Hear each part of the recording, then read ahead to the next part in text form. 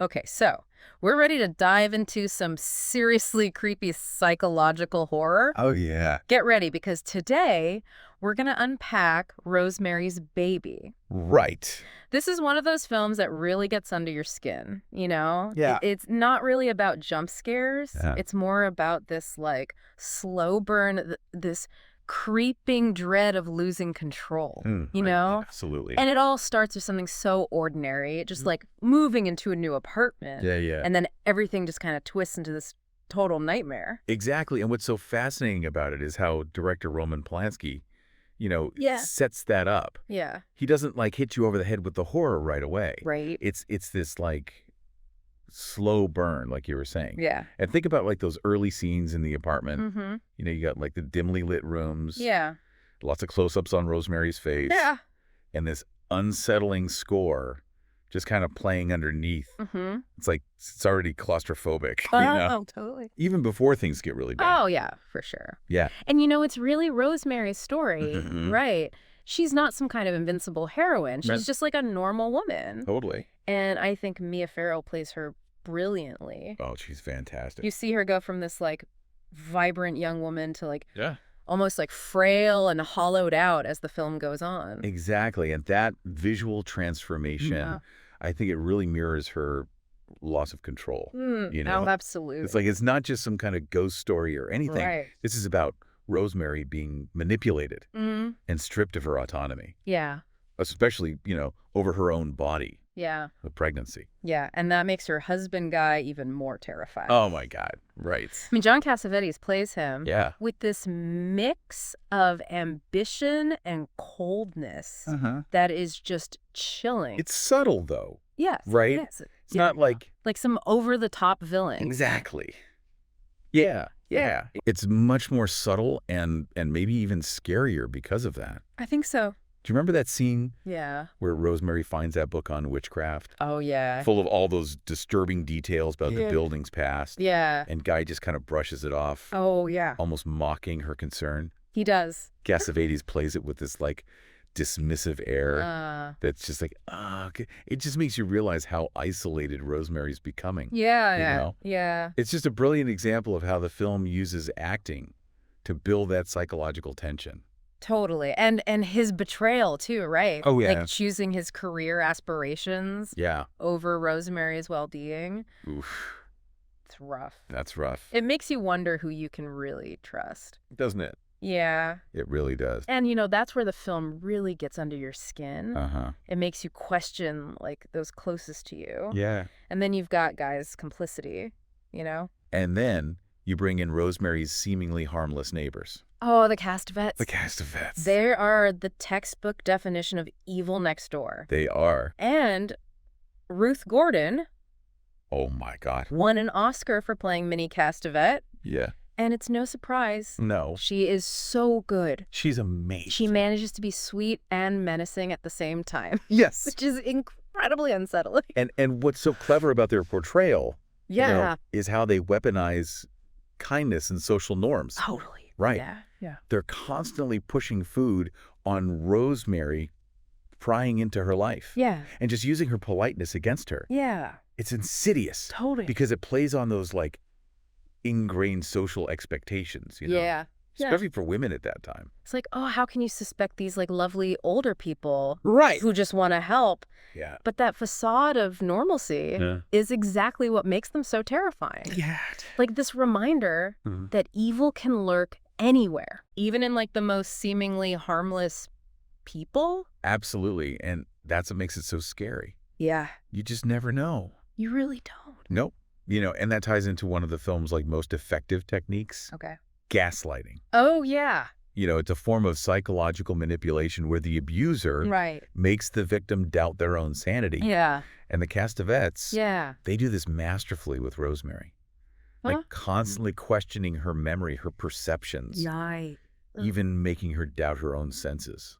Which is horrifying. It is. Because we, the audience, are seeing things from Rosemary's point of view. Exactly. So as she's being gaslighted, we start to question what's real, too. Right. Yeah. You're like, wait a minute. What's going on? And that's what makes the film such a mind trip. It really is. It's brilliant filmmaking. Yeah. Polanski doesn't rely on, like, gore or jump scares. Right. He uses these, like, subtle techniques Yeah. to create this pervasive sense of dread. Think about, like, the sound design. Oh, yeah. The discordant music, the whispers, this strange chanting that Rosemary keeps hearing. Right.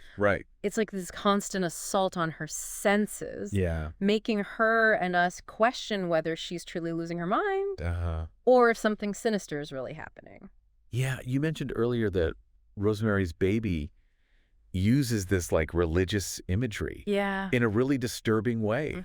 Like, let's talk about that. Yeah, the whole idea of Rosemary's pregnancy being this twisted, immaculate conception, Right. it's truly horrifying. Yeah. It takes this, like, sacred idea of motherhood and just perverts it. Yeah. Making Rosemary like a vessel for something monstrous. Yeah, and again, Polanski plays with that ambiguity. Yes. Right. Totally. Like, we're never quite sure if the supernatural elements are real or if they're all just like a manifestation of Rosemary's psychological breakdown. Exactly. Yeah. Is she really carrying the devil's child? Or is this all happening inside her head?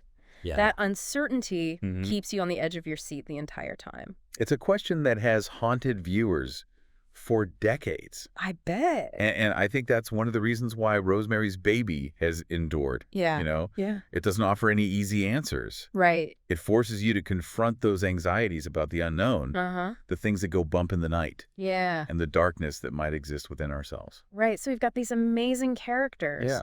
This incredibly creepy atmosphere. And this twisted take on religious themes.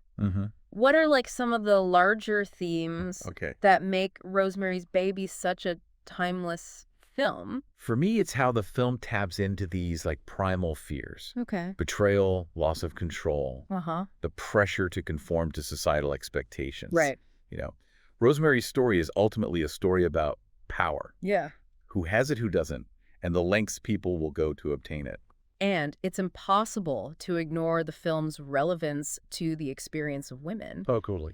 Especially during the time it was released, Right. you know? Yeah. Like, this was the late 1960s, a time of huge social upheaval. Yes. And, like, the burgeoning feminist Yes, movement. exactly. Rosemary's pregnancy becomes like a symbol of her powerlessness. Yeah. Her body's literally being used against her will. Right. She's denied autonomy. Yeah. Her concerns are dismissed. And she's constantly being told what to do and how to feel. Right. It's a chilling reflection of the societal pressures women faced at the time. Yeah. And sadly, some of those same issues still resonate today. Oh, absolutely. You know, it's crazy to think about.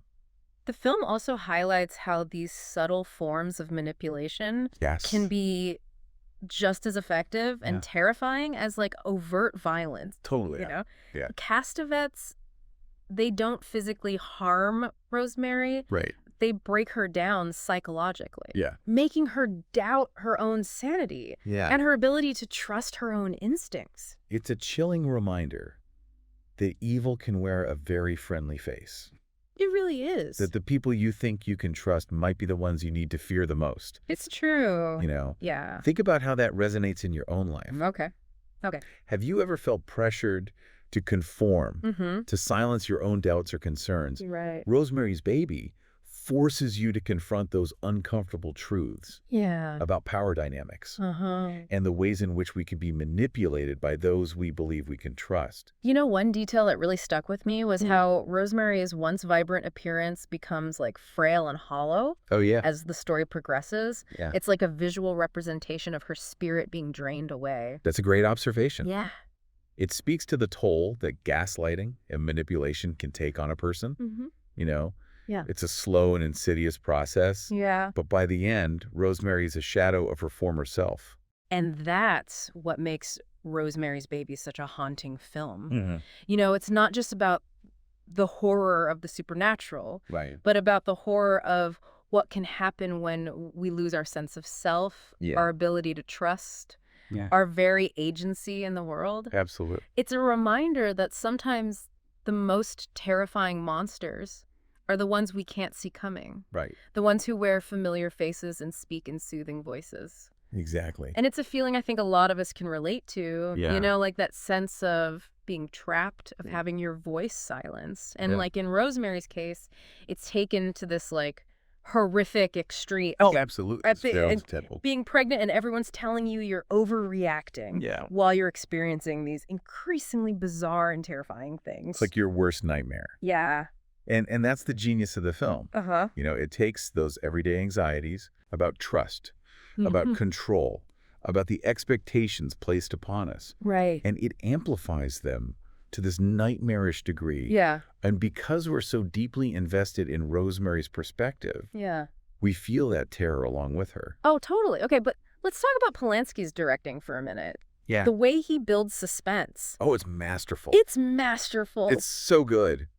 He doesn't need, like, buckets of blood or jump scares. He does it with atmosphere, with those lingering shots and that eerie music. Think about that scene where Rosemary finally confronts Dr. Saperstein about her suspicions. Yeah.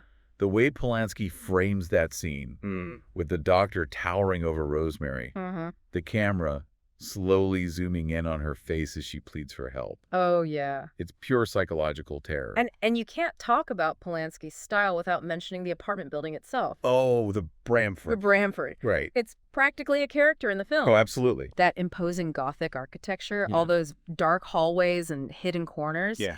It's like a perfect visual metaphor for Rosemary's entrapment.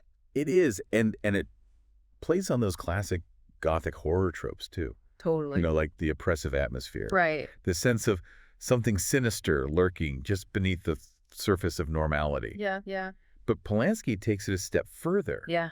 By grounding it in this very realistic portrayal of a young woman's psychological unraveling. I think we've talked a lot about the darkness and the horror in Rosemary's Baby. Yeah. But I think it's important to acknowledge that there's also this powerful theme of resilience running through the film. Yes. Despite everything she endures, Yeah. Rosemary never completely gives up. She's a fighter. She fights for her child even when everyone else has turned against her. That's what makes her story so inspiring. It really does. No, yeah. It's a testament to the strength of the human spirit. Mm-hmm. The ability to persevere even in the face of unimaginable evil. So, Rosemary's Baby, it's a horror classic, no doubt. Oh, for sure. But it's also a film that has sparked a lot of discussion over the years about its themes, its characters, and its impact on popular culture. Why do you think this story continues to resonate with audiences after all this time? I think it goes back to what we've been discussing. Okay. The film's ability to tap into those primal fears that are universal to the human experience. Right. The fear of the unknown, the fear of betrayal, the fear of losing control. Yeah. These are anxieties that we all share. Totally. Regardless of our background or beliefs. And Rosemary's Baby explores those fears in a way that is both intelligent and deeply unsettling. Yeah. It's a film that gets under your skin and stays with you long after the credits have rolled. Absolutely. Which I have to admit is kind of what we aim for with these deep dives. Exactly. We want to leave you with something to think about. Yeah. Something to mull over. So to our listener, if you haven't seen Rosemary's Baby... Oh, you got to see it. I highly recommend checking it out. It's a classic. Just maybe not right before bedtime. Yeah, maybe not. And if you have seen it, I hope this deep dive has given you some new insights into this incredibly complex and disturbing film. Definitely. Well, this has been great. This has been fun. Thanks for having me. Thanks for coming on.